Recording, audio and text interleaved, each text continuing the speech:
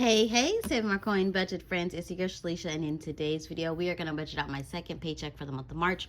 So if you like budgeting videos, cash stuffing, sinking funds, learning how to budget on a low income, go ahead and hit that like and subscribe both so you do not miss when I post. If this is your first time seeing my video, hey, thank you so much for clicking on it. If you're a return subscriber and oldie but goodie, hey, thank you so much for coming on back.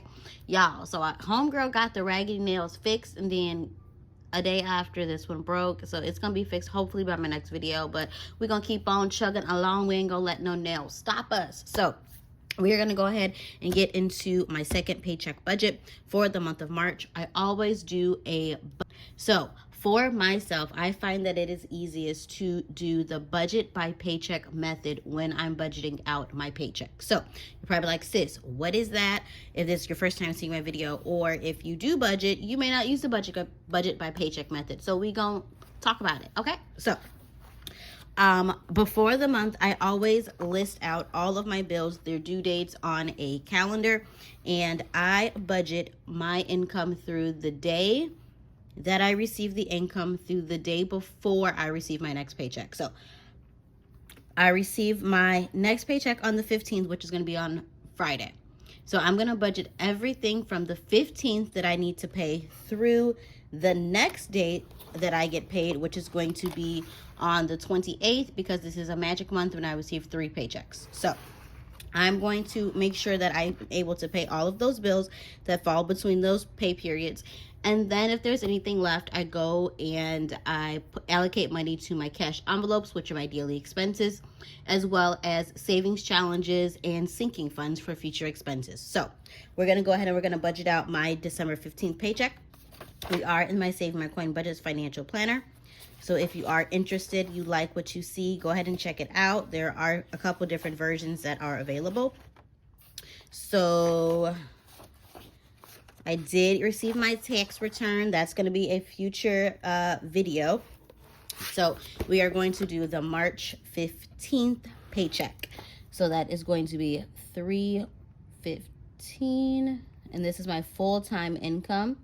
I am a single mom of a now 9-year-old. Skylar just had a birthday, so I'm excited. We went to Great Wolf Lodge for her birthday.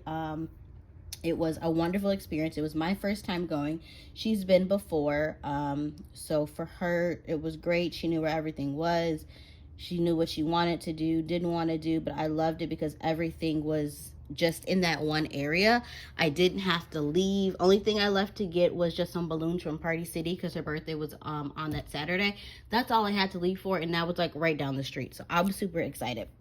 We'll definitely go back as like a little getaway, but it was wonderful.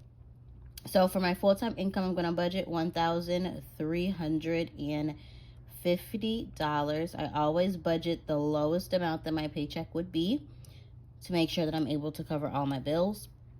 So the first ones that I start off with are my fixed expenses. So these are expenses that do not change throughout the month. So I can always guarantee that they're going to be the same amount. So I do include my tithe here because that is the first bill that I personally pay because I want to give God back his 10%. Next is my mortgage, and I do split my mortgage up between my paychecks. I wish my mortgage was the amount that I'm going to be writing here, but it's not.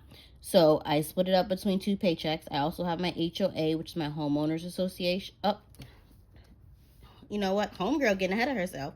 Let me make sure that I'm getting all the bills I need to, because I think my homeowners I did in my last video. So for this paycheck, we have ComEd, Capital One, phone bill, and State Farm, and Nicor and Discover. Y'all know that I'm super excited because some of these are going to be zero. So we have, for variable expenses, we have ComEd. That is my electricity. We have Capital One, which is a credit card.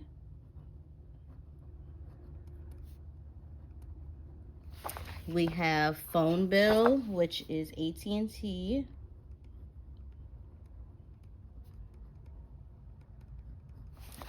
Next, we have State Farm, which is I don't think y'all can see me. I'm gonna tilt you just a little bit. Okay, I'm hoping that's better, y'all.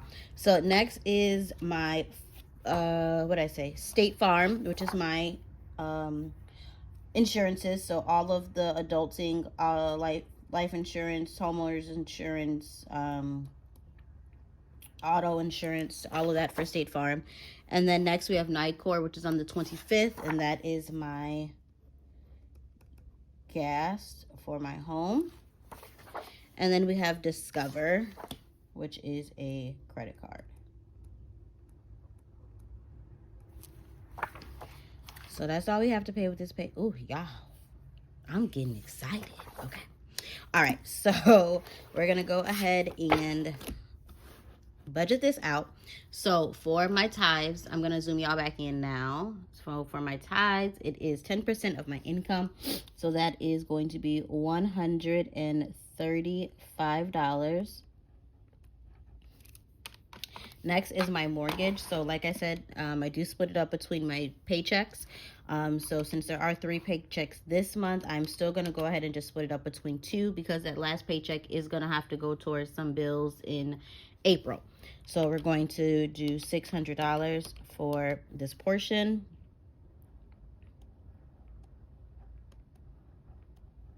And I wrote HOA here, so I'm just going to keep it so I don't got to scratch it out. And I'm just going to do $0 because I paid that in with my first paycheck.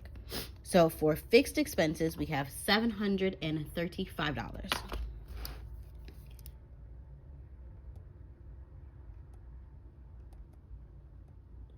So after our $1,350, we have $615 that's left to go into our variable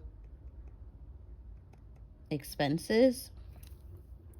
So now we're going to go over to here. So for my ComEd bill, I'm going to budget that to be $115. It's still been kind of high because it's been 70 degrees and then 50 degrees and then 30 degrees and then 10 degrees. So I'm still, using a lot of electricity when it comes to like my furnace and of course like the daily lights and all of the funness. So I'm going to budget $115. Capital One, we are going to budget $0. For my phone bill, I'm going to budget $135. Next is State Farm. For State Farm, I'm going to budget $120. It's the last bill that I had was actually a little bit lower, so I'm hoping it's going back down. If you saw my video a couple months ago, I was like going on a rant about my car insurance, but it's starting to go back down, so I'm hoping it gets back to that 110, 11 amount that it was.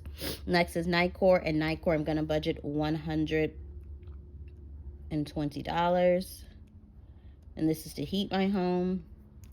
And next is Discover, and Discover is $0. So if you're like, sis, why are you not putting anything towards your credit cards? I am credit card debt free. Yes, I'm excited. So we are going to go ahead and calculate what our variable expenses are. I do like to write my credit cards though, just so I know that it's $0 for that paycheck, because when I go back and do my own reflection for my finances, I do like to know, okay, on this paycheck I didn't have to put anything, I didn't have to contribute. I'm still able to make sure that everything is still written down for my records. So for our variable expenses, we have a total of $490. And of that $490, from our $615, we have $125 that is left. So what I'm going to do is I'm going to do my cash envelopes here.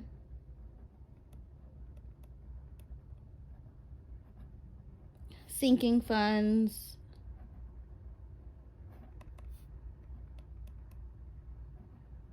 And savings challenges.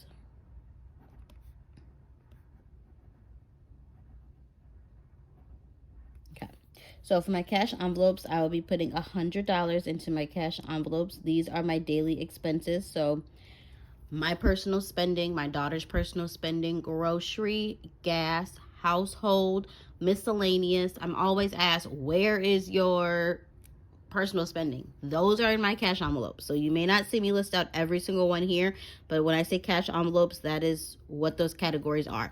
Our personal daily expenses. And For sinking funds, I'm going to put $25 into sinking funds. And then for savings challenges, it's going to get 0 based off this budget. So that means I'm just going to retally. We should reach our 615.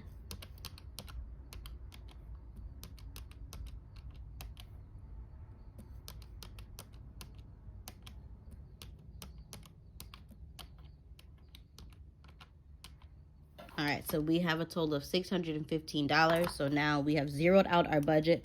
Zeroing out your budget means that you have nothing left on the table, that you have to follow this exact plan to make sure that every bill is paid and you don't have any money to deviate from this plan. So if friends are like, hey sis, you want to go out, make sure your bills are paid, and then you can use whatever you have in your cash envelopes to go out and do whatever your personal spending. But to make sure that all of my bills are paid, that I'm happy, that I ain't got no bill collectors calling me, this is the plan that I'm going to follow, unless when I receive my income, the bills that I have to pay are less, or my income has increased, or whatever the reason.